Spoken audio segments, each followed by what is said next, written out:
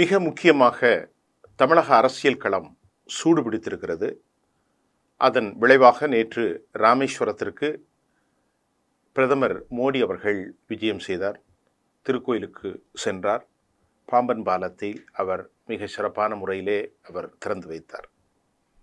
மிக முக்கியமாக ஆளும் திராவிட முன்னேற்றக் கழகத்தினுடைய நடவடிக்கைகளை கடும் விமர்சனங்களுக்கு உட்படுத்திய பிரதமர் மோடி அவர்கள், நாங்கள் எல்லா நிலைகளையும் விட அதிகம் தமிழ்நாட்டிற்கு செல்வத்தை கொடுத்திருந்த போதும் அவர்கள் அழுது கொண்டே இருக்கிறார்கள் என்று சொல்லப்படுகின்றது. இந்த நிலையிலே மத்திய அமைச்சர், தமிழ்நாட்டின் மண்ணுக்கு சொந்தமான திருமதி நிர்மலா சீதாராமன் அவர்கள் நேற்றைக்கு மாநில பாரதிய ஜனதா பிரதிகளோடு சோலா ஹோட்டலில் ஆலோசனை நடத்தினார். அந்த ஆலோசனையில் அவர் தமிழ்நாட்டில் பாரதிய ஜனதா மாவட்டங்களில் தோறும் என்ன நடவடிக்கைகளை பூத் கமிட்டியின் அடிப்படையில் செய்ய வேண்டும் என்றும், இன்னும் பல இரகசியமான பல்வேறு திட்டங்களையும் மாநில நிர்வாகிகளோடு அவர் பேசியதாகவும் கூட நாம் அறிந்து கொள்ள முடிகின்றது. தமிழகத்தில் இனி வரக்கூடிய காலங்களில் பல்வேறு செய்திகள் பத்திரிகையினுடைய தலைப்பீட்டாக அதை நாம் பார்க்கலாம். குறிப்பாக நிர்மலா சீதாராமனை நாம் தமிழர் கட்சியின் தலைவர் சீமான் சந்தித்தார் என்ற செய்தி வந்திருந்தது. அந்த செய்தியினுடைய உண்மைத்தன்மை குறித்து நாம் ஆய்வு செய்தோம். மத்திய நிதி அமைச்சர் நிர்மலா சீதாராமனை நாம் தமிழர் கட்சியினுடைய ஒருங்கிணைப்பாளர் சீமான் சந்தித்தாரா என்ற கேள்விக்கு அவருடைய பதில் எதுவாக இருந்தா என்று சொன்னால், அவர் நான் எதை சந்திப்பதாகவும் இருந்தால் அது சொல்லிவிட்டுத்தான் நான் சந்திப்பேனே அல்லாமல் சொல்லாமல் யாரையும் சந்திப்பதில்லை என செந்தமிழ் சீமான் அதை மறுத்திருக்கிற செய்தியும் கூட நமக்கு கிடைத்திருக்கிறது.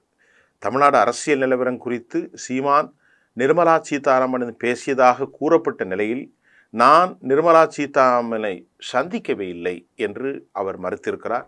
அதே போன்று வேல்முருகனும் கூட மறுத்திருக்கிறார். ஆக இது எங்கிருந்து கிளப்பிவிடப்பட்ட செய்திகள் என்பது நமக்கு புரியவில்லை. ஆனாலும் கூட சந்தித்ததாக இருந்தால் தமிழ்நாட்டினுடைய சீமான் அவரை சந்தித்தால் சீமானுக்கு என்ன லாபம் என்பது பல கேள்விகளையும் எழுகும். நிச்சயமாக வலதுசாரி அமைப்புகளுக்கு எதிரான தமிழ் தேசிய அரசியலை முன்னெடுக்கக்கூடிய சீமான் சந்திப்பு என்பது சாத்தியமற்ற ஒன்று என்றுதான் தமிழ்நாட்டில் இருந்த பெரும்பான்மையான அரசியல் தலைவர்கள் கருத்து தெரிவித்திருக்கிறார்கள். ஆனால் இந்த நேரத்தில் ராஜா போன்ற தலைவர்கள் கொளுத்தி போடுகிறார்கள். அடிப்படையான எங்கள் கொள்கையில் சீமான் மண்ணின் மனம் போன்ற விவகாரத்திலும் எந்த மாற்று கருத்தும் இல்லை, இது என்னுடைய கருத்து என்றும் அவர் தனது பங்குக்கு கொளுத்தி போட்டிருக்கிறார் என்பதுதான் உண்மை. இந்த நிலையிலே தமிழ்நாட்டில் அண்ணாமலை உடைய நியமனத்தை, அதாவது தொடரக்கூடிய அந்த பதவி மாற்றம் இருக்கும் என்றும் அது பரபரப்பை ஏற்படுத்தியிருக்கிறது. அண்ணாமலையை நீக்கினால் தமிழகத்தில் பாரதிய ஜனதாவுக்குள் ஏற்பட்ட பல முரண்கள் இருக்கும், பல போராட்டங்கள் இப்பொழுதே வலிமையாக அந்த கட்சிக்குள் இருப்பதாகவும் கூட தற்போது செய்திகள் வந்திருக்கிறது.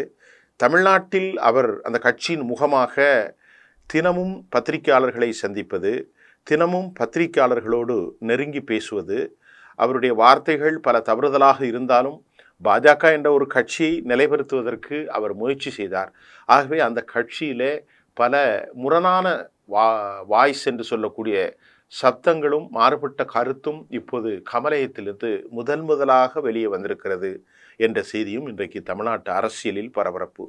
இதற்கிடையே நிர்மலா சீதாராமனை அதிமுகவினுடைய முன்னாள் மிக முக்கியமான கட்சியினுடைய ஆரம்பகால புள்ளியாகிய செங்கோட்டையன், தற்போது அதிமுகவினுடைய மிக புள்ளியாக இருக்கக்கூடிய அவர் நிர்மலா சீதாராமனை சந்தித்திருக்கிறார். இந்த சந்திப்பு ஏன் என்ற கேள்வியை எழுகின்றது. அதிமுக அஃபீஷியலாக ஒருங்கிணைந்திருக்கின்ற போது பழனிசாமிக்கு தெரியாமல் ஒரு கட்சியிலே மிக முக்கியமான ஆளுமை அவர் எப்படி இவரை சந்தித்தார், அதற்கு பின்னணி என்ன என்கின்ற பல சந்தேகங்கள் தொடர்கின்றது. பொதுச் செயலாளர் எடப்பாடி பழனிசாமி கடந்த மாதம் உள்துறை அமைச்சர் அமித்ஷாவை சந்தித்து பேசினார் டெல்லியில். அதனைத் தொடர்ந்து அதிமுக முன்னாள் அமைச்சர் செங்கோட்டையன் டெல்லி சென்று மத்திய அமைச்சர்கள் அமித்ஷா, மத்திய ஃபைனான்ஸ் மினிஸ்டர் நிர்மலா சீதாராமன் ஆகியோர்களையும் கூட அவர் சந்தித்து பேசிய போது அரசியல் வட்டாரத்தில் அது ஒரு பெரும் பரபரப்பை ஏற்படுத்தியது. ஏனென்று சொன்னால் எடப்பாடி பழனிசாமிக்கு அவருடைய உத்தரவில்லாமல், அவருடைய சமீட்சை இல்லாமல், அவருடைய எந்த விதமான கரிசனையும் இல்லாமல் செங்கோட்டையன் எப்படி போய் சந்தித்தார், இதற்குள் என்ன ஒரு அரசியல் முரண் என்று சொல்லப்பட்ட நிலையில்தான் சென்னை வந்துள்ள மத்திய அமைச்சர் நிர்மலா சீதாராமனை மீண்டும் அதிமுக முன்னாள் அமைச்சர் செங்கோட்டையன் ஒரு தனியார் நட்சத்திர விடுதியிலே சந்தித்து பேசியுள்ளதாக தற்போது தகவல்கள் வெளியாகியிருக்கிறது. அதேபோல் 2026 சட்டசபை தேர்தலில் தனித்தே போட்டிடுவோம் என்று நாம் தமிழர் கட்சி தலைமை ஒருங்கிணைப்பாளர் சீமான் கூறி வந்துள்ளார். இந்த நிலையிலே மத்திய அமைச்சர் நிர்மலா சீதாராமனை நாம் தமிழர் சந்தித்து பேசியிருப்பதாக தகவலை அவர் உறுதியாக மறுத்திருக்கிறார். ஆக இப்பொழுது செங்கோட்டையனுடைய சந்திப்பு 3 விவகாரங்கள் பாஜகவை சுற்றி வளையம் வருகின்றது. சீமான் மறுத்துவிட்டார். அதற்கான சாத்தியம் அநேகமாக அல்ல, எப்பொழுதும் தற்போது இல்லை என்பதுதான் அது உறுதி. செங்கோட்டையனுடைய சந்திப்பு, அதே போன்று அண்ணாமலையினுடைய பதவி நீக்கத்திற்கு பதிலாக நேற்று பிரதமர் மோடியோடு அமர வைக்கப்பட்டிருக்கக்கூடிய நயினார் நாகேந்திரன் அரசியல் அமைப்பு பிரிவில் அவர் மெம்பர் ஆஃப் லெஜிஸ்லேட்டிவ் அசம்பிளியாக இருந்தாலும் இதற்கு முன்பு அப்படி அவர் அமர வைக்கப்படவில்லையே. அப்போதெல்லாம் அண்ணாமலை தானே அமர வைக்கப்பட்டார். இது டெல்லியினுடைய உத்தரவின் அடிப்படையிலே தான் நடந்ததாகவும் கூட மிக மிக ஆதாரமான சோர்ஸினுடைய தகவல்கள் நமக்கு தெரிவிக்கின்றது.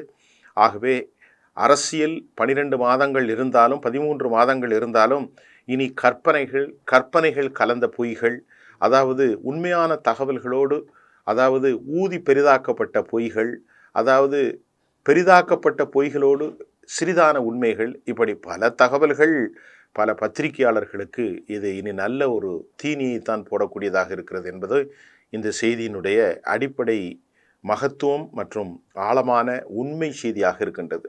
நன்றி.